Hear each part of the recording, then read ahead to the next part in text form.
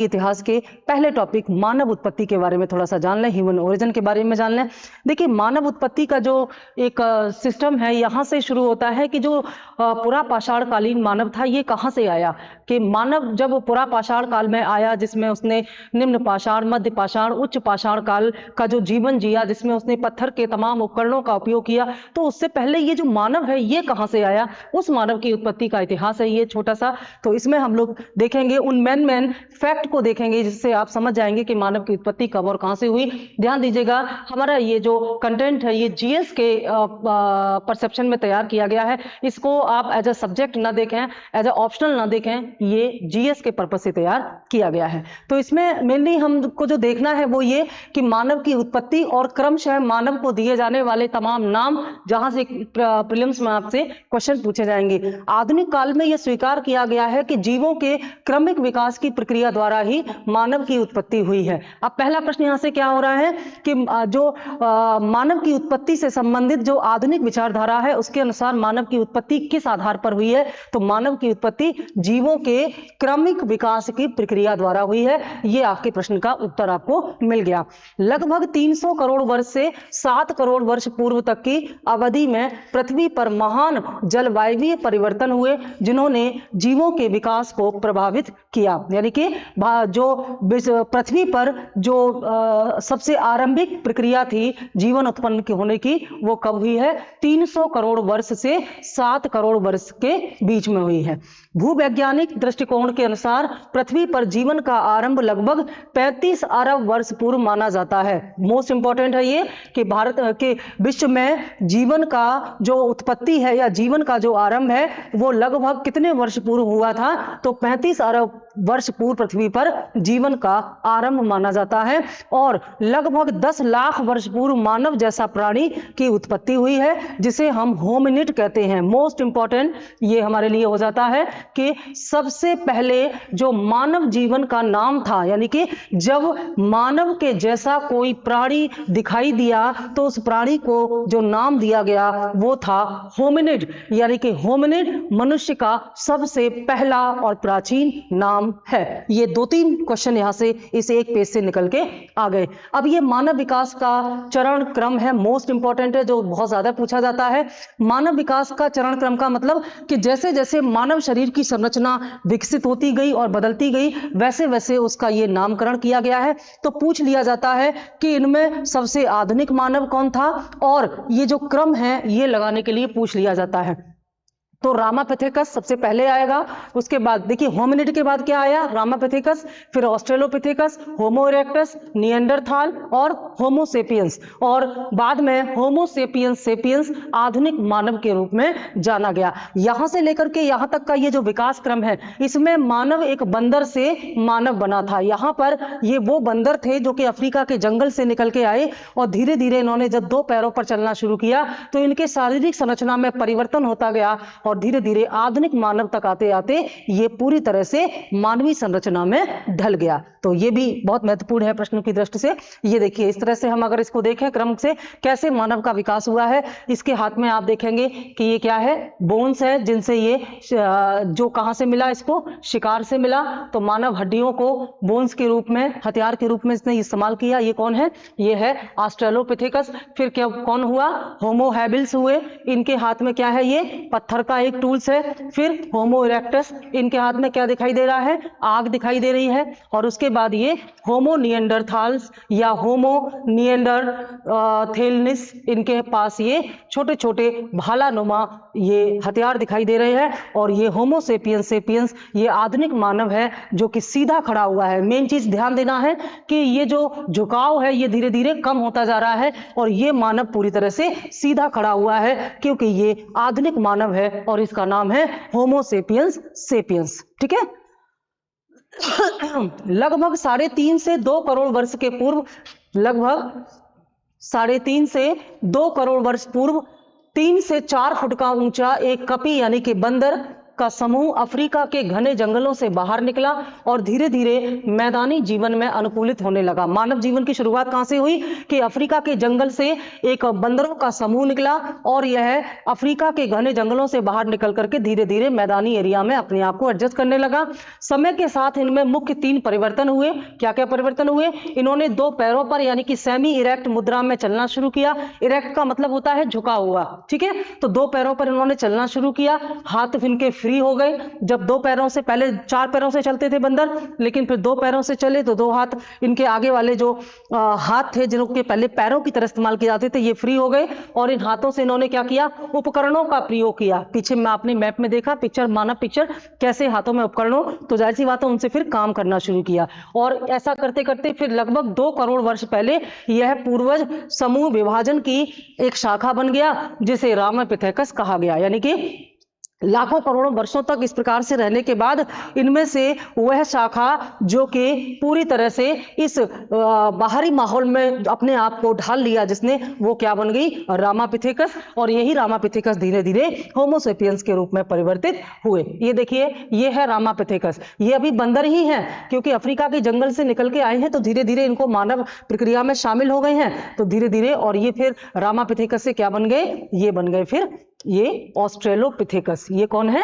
Australopithecus. देखिए एकदम सीधा खड़ा हुआ है मानव की तरह, लेकिन बंदर जैसा इसका जो फेस है और हाथ पैर है ये दिखाई दे रहा है। तो हमारे जो पूर्वज थे जिनसे हम बने हैं वो हैं हमारे बंदर। रामापिथेकस की एक शाखा महाकपि के रूप में, महाकपि यानी कि बंदर, बड़े बंदर जैसे लंगूर नुमा होते हैं, महाकपि वर्ग के रूप में जंगलों में अनुकूलित हो गई, जिसे आधुनिक चिंपैंजी कहते हैं। यानी कि जो बंदर निकले अफ्रीका के जंगल में से, तो बरसों बाहर रहने के बाद उनके शरीर में परिवर्तन आया, लेकिन उनमें से कुछ थे जो मैदानों में अपने आप को एडजस्ट नहीं कर पाए, वे वापस कहां चले गए? वे वापस जंगल में चले गए। तो वो क्या बन गए? वो बन गए लंगूर, ठीक है, वो लंगूर बन गए। लेकिन जो दूसरी शाखा, रामापिथेकस की दूसरी शाखा जो खुले घास के मैदान में अनुकूलित हुई, अनुकूलित मतलब एडजस्ट हो गई, उसे ऑस्ट्रेलोपिथेकस कहा गया। ये ऑस्ट्रेलोपिथेकस थे जो बाहर रह गए और ये बन गए मानव, और ये वापस चले गए जंगल में जो बन गए लंगूर, ठीक है। यह मानव का आदि पूर्वज माना जाता है। यही कौन है? मानव का आदि पूर्वज है। तो जाहिर सी बात है कि जो अपने आप को माहौल में ढाल लिया वो आगे विकास करता गया। ऑस्ट्रेलोपिथेकस से विश्व के अनेक भागों में विकसित मानव जाति का विकास हुआ जिसे होमो इरेक्टस कहा गया। इसी ऑस्ट्रेलोपिथेकस से आगे चल करके मानव शरीर का विकास हुआ। दुनिया भर में ये यहाँ वहां पलायन करता रहा और अलग अलग सभ्यता और संस्कृति को जन्म देता रहा। तो ये जब ये ऑस्ट्रेलोपिथेकस अलग अलग देश दुनिया में जाकर के विकसित होता गया तो इसे कहा गया होमो इरेक्टस। और लगभग 30,000 वर्ष पहले जिस आधुनिक मानव का विकास हुआ उसे हम क्या कहते हैं? होमो सेपियंस सेपियंस। ये बहुत महत्वपूर्ण है। और आधुनिक मानव 30,000 वर्ष पहले ही विकसित हुआ था जिसका नाम है होमो सेपियंस सेपियंस। ये प्रश्न कई बार पूछा गया है। होमो सेपियंस को विभिन्न अनुसंधानों के नाम से जाना गया, यानी कि होमो सेपियंस पर विभिन्न रिसर्च और अनुसंधान किए गए और इसे अलग अलग नाम दिए गए, जैसे क्रो-मैग्नोन, चांसलेड, ग्रिमाल्डी आदि। अतः मानव विकास का आरंभ मुख्यतया प्रोसेस ऑफ एडॉप्शन के रूप में हुआ है। यानी कि मानव का जो विकास हुआ है वो कैसे हुआ है? Process of adoption. एडॉप्शन मतलब ग्रहण करना, यानी कि इसको हम कह सकते हैं डार्विन का सिद्धांत, सर्वाइवल ऑफ द फिटेस्ट। यानी कि जो इस वातावरण में सर्वाइव कर पाया वो फिट रहा और जो फिट रहा वो सर्वाइव कर पाया और धीरे धीरे यही आधुनिक मानव के रूप में विकसित हो गया। तो इस प्रकार से मानव अस्तित्व में आया। मानव जीवन के इस क्रमिक विकास में हाथों के मुक्त हो जाने से मानव संस्कृति का उदय हुआ। जब यह बंदर के रूप में 4 पैरों से चलता था उस समय इसके हाथ खाली नहीं थे और ये कुछ भी न तो कर पाता था न सोच पाता था, लेकिन जब 2 पैरों से चलना शुरू हुआ तो हाथ खाली हुए और सारी क्रिएटिविटी जो है वो हाथों से ही की गई और निरंतर लाखों करोड़ों वर्षों तक जब इन हाथों से तमाम क्रिएटिविटी, रचनात्मक कार्य किए गए तो तमाम संस्कृतियों का जन्म भी हुआ और इस प्रकार से पहली ज्ञात संस्कृति, एक होता है सभ्यता, एक होती है संस्कृति। भारत की पहली ज्ञात संस्कृति पुरा पाषाण काल की है, जबकि पहली ज्ञात सभ्यता जो है वो कौन सी है, सिंधु सभ्यता है। तो जब ये होमो सेपियंस सेपियंस के रूप में पूरी तरह से एक मानव बॉडी स्ट्रक्चर तैयार हुआ, तो उसके बाद जब इसने बाहर शिकार के रूप में अपना जीवन यापन शुरू किया, ग्रुप में रहना शुरू किया, तो वहीं से पाषाण काल शुरू हो जाता है। और पाषाण काल के जो 3 हिस्से हैं उसमें से पहला पुरा पाषाण काल इसी में आएगा। तो पुरा पाषाण काल, मध्य पाषाण काल और नव पाषाण काल इसी मानव विकास के बाद की घटनाएं हैं, जिन्हें हम हमारे अगले टॉपिक में पढ़ेंगे। ठीक है। विभिन्न संयुक्त परिवर्तनों के प्रभाव स्वरूप बोली, ज्ञान भंडार, मस्तिष्क क्षमता में वृद्धि हुई। यानी कि बहुत सारे परिवर्तन एक साथ हुए मानव शरीर में, तो उसी के परिणाम स्वरूप बोली का विकास हुआ, यानी कि भाषा का विकास हुआ। एक दूसरे से हमने संपर्क स्थापित करने की कोशिश की। पहले सांकेतिक भाषा, फिर बोलना सीखा हमने, फिर क्या हुआ, ज्ञान का विकास हुआ, फिर ज्ञान भंडार बना, फिर जब ज्ञान भंडार बना तो मस्तिष्क क्षमता का विकास हुआ। हम जितना ज्यादा इस दिमाग से काम करते हैं, हमारे दिमाग की क्षमता उतनी ज्यादा बढ़ती है। ये एक ऐसा धन है कि जितना खर्च करो उतना बढ़ता है। तो मानव ने जैसे जैसे अपने मस्तिष्क का इस्तेमाल करना शुरू किया, उसके मस्तिष्क का विकास होता गया और आधुनिक मानव इतना ज्यादा तरक्की कर गया कि हाथ को जब मस्तिष्क की सहायता मिली, यानी कि हाथ खाली हुए क्योंकि सीधे चलना शुरू किया, और इधर मस्तिष्क का विकास हुआ, तो हाथ और मस्तिष्क की सहायता मिली, तो मनुष्य आदि कपि यानी कि जो बानर था वहां से ऊंचा उठ करके आज कहां तक पहुंच चुका है, ग्रहों तक पहुंच चुका है, चांद की यात्रा करने में सक्षम हो पाया है। यह था हमारा मानव विकास का क्रम। और इसके बाद हम अगला हमारा जो टॉपिक पढ़ेंगे उसमें हम क्या पढ़ेंगे, उसमें हम पढ़ेंगे कि इसके बाद जब मानव शरीर का विकास हो गया, होमो सेपियंस सेपियंस आ गया, तो उसके बाद फिर संस्कृतियों का विकास हुआ। और इसमें हम पहला जो पढ़ते हैं वो हम पढ़ते हैं पाषाण काल। ठीक है, क्या पढ़ते हैं हम, पाषाण काल या स्टोन एज। तो स्टोन एज में हम मेनली जो इसका कालक्रम है या विभाजन है वो 3 भागों में करते हैं, क्योंकि पाषाण काल बहुत बड़ा था। पाषाण काल उस अवधि को कहा जाता है जिसमें मानव ने पत्थर के औजारों का प्रयोग किया, और मानव ने सबसे पहले पत्थर के औजारों का ही प्रयोग किया। तो वह युग जिसमें मानव पत्थर के इन औजारों का, उपकरणों का प्रयोग करता था, उसे हम पाषाण काल कहते हैं। और इन उपकरणों का सबसे ज्यादा प्रयोग जो मानव करता था वो शिकार करने के लिए करता था, क्योंकि यह शिकार ही उसकी जीविकोपार्जन का सबसे महत्वपूर्ण माध्यम था। तो इसमें मानव ने जो पहला चरण है इस पाषाण काल का वो क्या है, वो है पुरा पाषाण काल। ठीक है, पुरा पाषाण काल। दूसरा है मध्य पाषाण काल, मध्य पाषाण काल। और तीसरा हो जाएगा आपका नव पाषाण काल।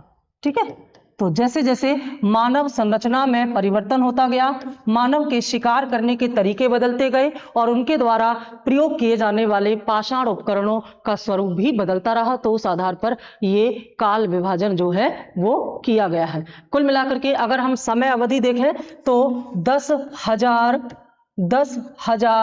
ईसा पूर्व से पहले, 10,000 ईसा पूर्व से पहले की जितनी घटनाक्रम है उसे हम किस में पढ़ेंगे, उसे हम पढ़ेंगे पुरा पाषाण काल में। और यहाँ पर जो है वो 9,000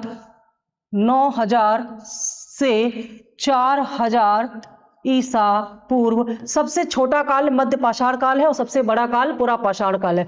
9,000 से 4,000 ईसा पूर्व के मध्य का समय जो है हमारा ये मध्य पाषाण काल है, और 3,000 ईसा पूर्व के बाद का समय, के बाद का जो समय है उसे हम नव पाषाण काल कहते हैं। पैलियोलिथिक एज, मीसोलिथिक एज और नियोलिथिक एज के रूप में ये 3 प्रकार का काल विभाजन पाषाण काल के रूप में किया गया है। और इसी पुरा पाषाण काल को हम क्या कहते हैं, इसी को हम देखिए इतिहास लेखन की दृष्टि से इसको हम बांटेंगे तो इसे हम क्या कहेंगे, प्री हिस्टोरिक एज, यानी कि इसको हम बोलेंगे pre historic age, historic as.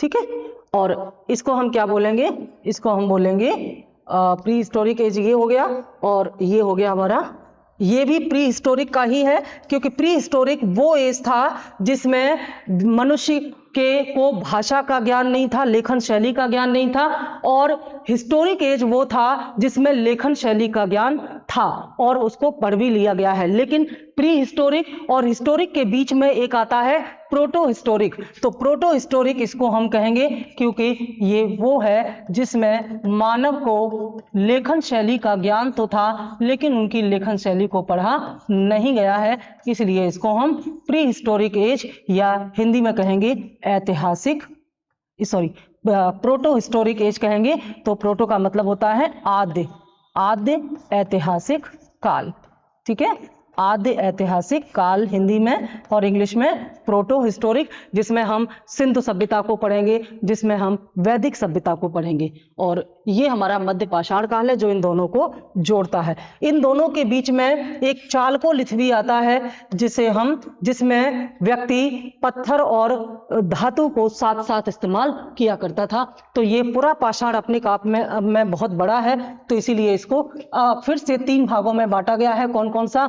निम्न पुरा पाषाण काल, मध्य पुरा पाषाण काल और उच्च पुरा पाषाण काल। तो अगले वीडियो में हम इनकी चर्चा करेंगे और धीरे धीरे हम जो इम्पोर्टेंट पॉइंट है उनको यहाँ कंटेंट के रूप में आपके लिए लेकर के आएंगे। हर एक टॉपिक से, हर एक वीडियो से आपको कई सारे क्वेश्चन निकल के आएंगे जो प्रीलिम्स में आपकी हेल्प करेंगे। तो ये था हमारा जो आज का मानव उत्पत्ति से संबंधित एक छोटा सा टॉपिक था। Thank you.